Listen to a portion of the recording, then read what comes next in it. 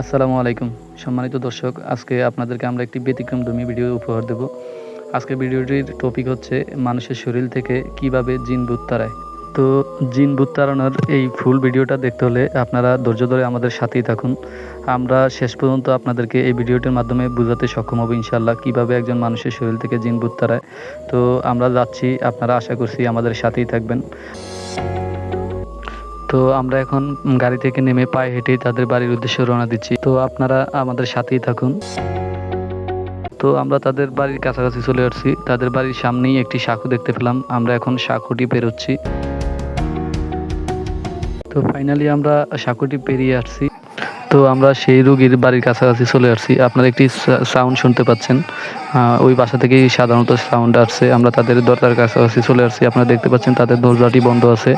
এই বাসার ভিতরেই অনেক সাউন্ড হচ্ছে। আমরা আশা করছি যে এখানেই সেই রুগী আছে, আমরা সেখানে যাচ্ছি। তো আপনারা স্ক্রিনে এখন যাকে দেখছেন আজকের মূলত খনকার ইনি। এই লোকই আজকে সর্ব বা দিন তারাইব যাই বলেন। তো আপনারা স্ক্রিনে যাকে দেখছেন ওনার নাম হলো আলামিন পান্না। আজ খনকার বলেন, কবিরাজ বলেন অথবা তান্ত্রিক বলেন, উনি সব আজকে সাধারণত জিন তারাইব উনি নিজেই। ওনার নাম হলো আলামিন পান্না।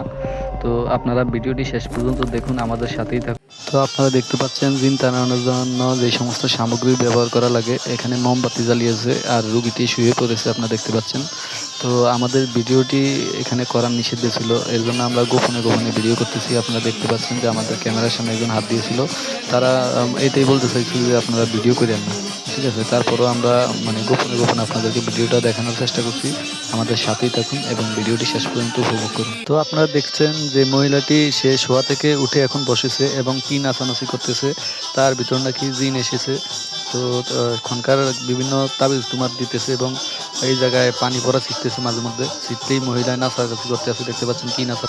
তো আপনারা দেখতে পেলেন মহিলাটি হঠাৎ মাটিতে পড়ে যায়।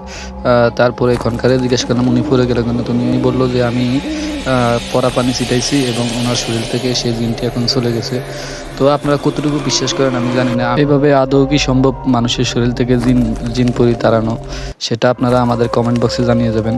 আর আমাদের ভিডিওটি শেয়ার করে সবাইকে দেখানোর সুযোগ করে দিবেন।